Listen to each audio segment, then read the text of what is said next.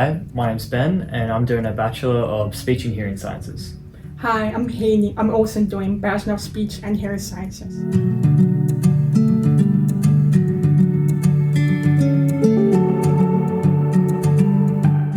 So I was just wondering, what are the characteristics of your hearing loss, and how has it affected you in your life?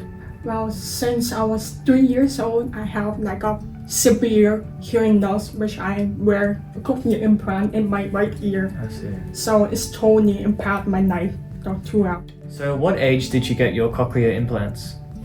I got sick at 3 years old, and it's kind of affected my hearing. But I had to wait for 2 years because I went to America for surgery with cochlear implants. So I got like 5 years old in the right ear. But for the left ear, I wear like hearing aid, but no cochlear implant for this. But for now, because for easier, I just wear cochlear implants. So I try to make sure, to keep looking the people basic to make sure I don't miss anything. But so far, I got used to it. I see. And due to the age you got your cochlear implants, just wondering if that affected your schooling in any way. Because I'm from Philippines, so because in Philippines there's not so much cochlear implant culture, so I got used to going to small mainstream schools, so I got used to it. But I always made sure to talk to teachers and classmates that up here and us. So I always try to make sure to sit in front, and they always try to adjust. It's much easier for me because I am used to go to very small school, very nice environment. So you mentioned cochlear implant culture in the Philippines. I was just wondering overall what that really means, and if there were any differences between cochlear implant culture in Australia. Because in the Philippines, because I'm dual citizen, so American and Philippines, so I go back and forth between American and Philippines. So I know about cochlear implant because of America. So what's the difference between Australia and Philippines? Because Philippines has very Asian culture, like very traditional. We don't really talk much about disabilities and even mental health. So it's not really what you talk about. Well, it's got better now, but compared to Australia, I think Australia is like much more inclusive and very open. So I feel like Australia has more opportunities for us. Yeah, that's why I came here. Yeah, That's it.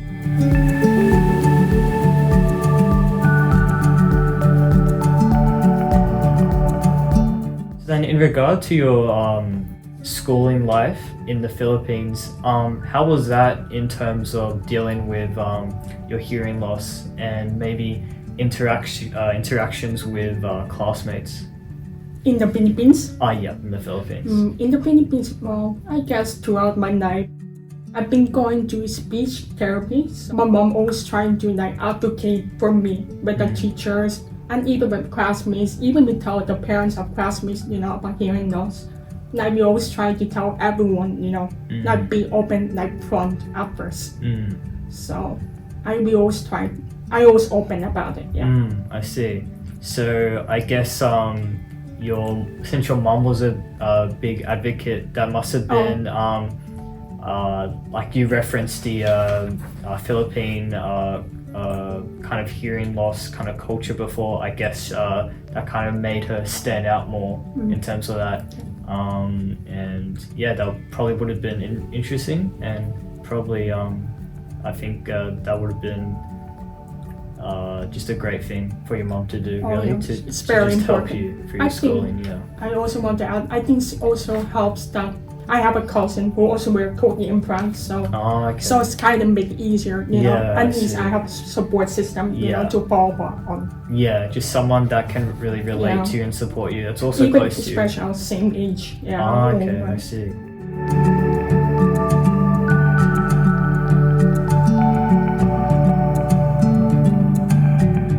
So you mentioned your mom was a really big advocate for your self-independence. I was just wondering were there any standout moments in your life that you can remember? What I can say now, but my mom always pushed me to work hard and excel academically. She always say your disability should be hold you back from doing well. Show them, your hearing loss doesn't define you. They can do well. So she always pushed me hard in academic. Like I'll join after school clubs and I'll try to make many friends with other people. So she'll push me like to socialize and study a lot, which really helps me a lot. Yeah. So then in summer camp, that would have been an environment where you're away from your mum, so you must need a lot of advocacy for yourself, and also there would have been a lot of people. Yep. So what was that like? I went to summer camp when I was 16 or 17. It was my first time being away from my parents.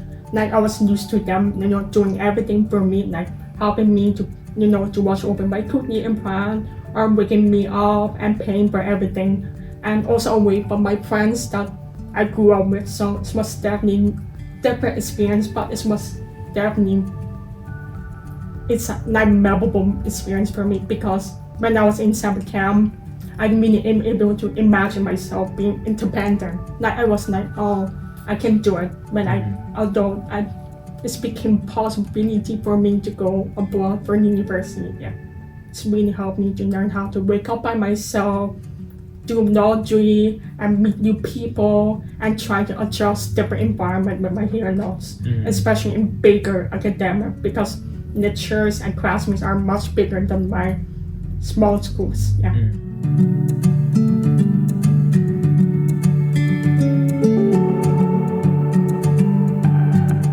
So do you have any personal tips or advice for others who have hearing loss?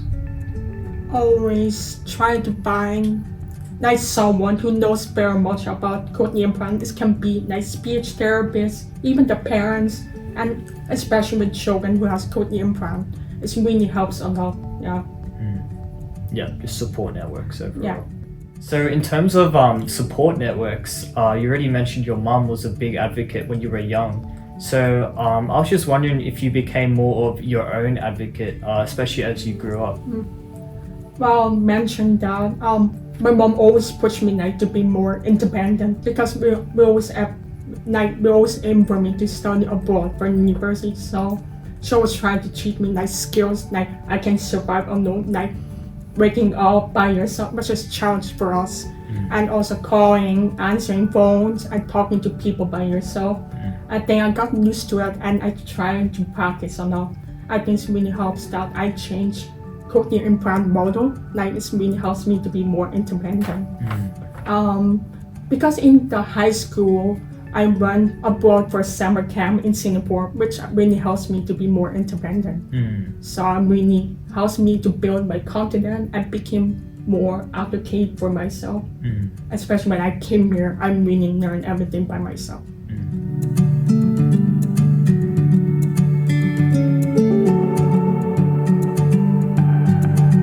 So summer camp, you mentioned, was a stepping stone to your later studies. And so now you're here abroad in Australia, and I'm just wondering, what has this experience been like so far? So far, it just was nice, interesting point to make. I've never been to Australia before I came here, so it was definitely a new country and culture. So it was a little bit hard for my parents to let me go here, but I came here because I like the culture. I feel like there's all that Asia, I feel like big and more, and this really helps that I have roommates from Philippines, so it's definitely, so I don't really feel homesick, Yeah. So I get in the best of both worlds. Yeah. So when did you come to Australia, and what course are you currently studying? I came here for the course because before I wasn't sure which course I wanted to do. I knew I was interested in science. Like I want to do like something healthcare, but because I was still trying to figure out everything out, so my parents were like saying things out whatever to check whatever, and like so they brought the possibility of becoming audiologist. So we started asking around. So I asked my speech therapist back in Philippines. I asked everyone.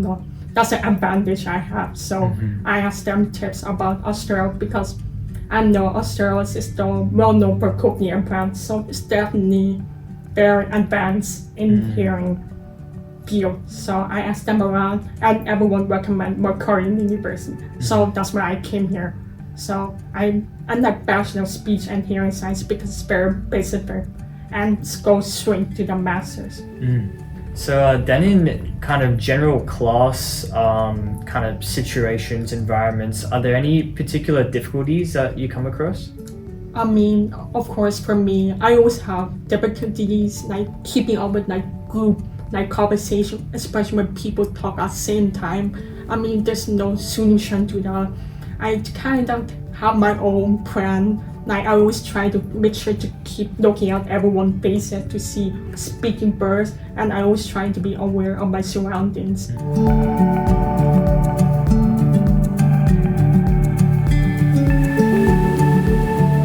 So as a current student, what key areas do you personally think should be better advocated for students? First, I think education is important, obviously, because when I came here, I immediately contact like a disability service, to put my support plans. I make sure to set that up. Yeah, so I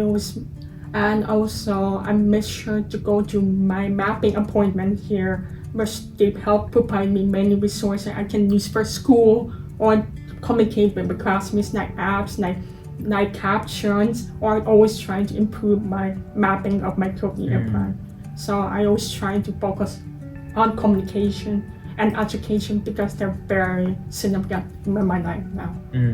So would you say the university currently has enough support systems for people with hearing loss, in your opinion? Yeah, I mean they're very accommodating with me. Like I was telling them my needs, for example, like presentation and how I take a test. They're very nice, they're very understanding, they really adjust to everything. So I think it really helps a lot. The university does have support for students with hearing loss. I was just wondering, but still, was there anything that the university could do more to support these students? I feel like the university should make sure all lectures come with a caption. It can be exhausting to try to find, captions or even transcript. Sometimes some lectures don't come with transcript. I wish they can come all transcript, like make sure they're all correct, because sometimes they're not correct. And I also wish some professors can speak into mic, especially when during the lectures. It will help us to keep up and understand, so we don't have to depend, our classmates or even the note takers to let us know what's happening.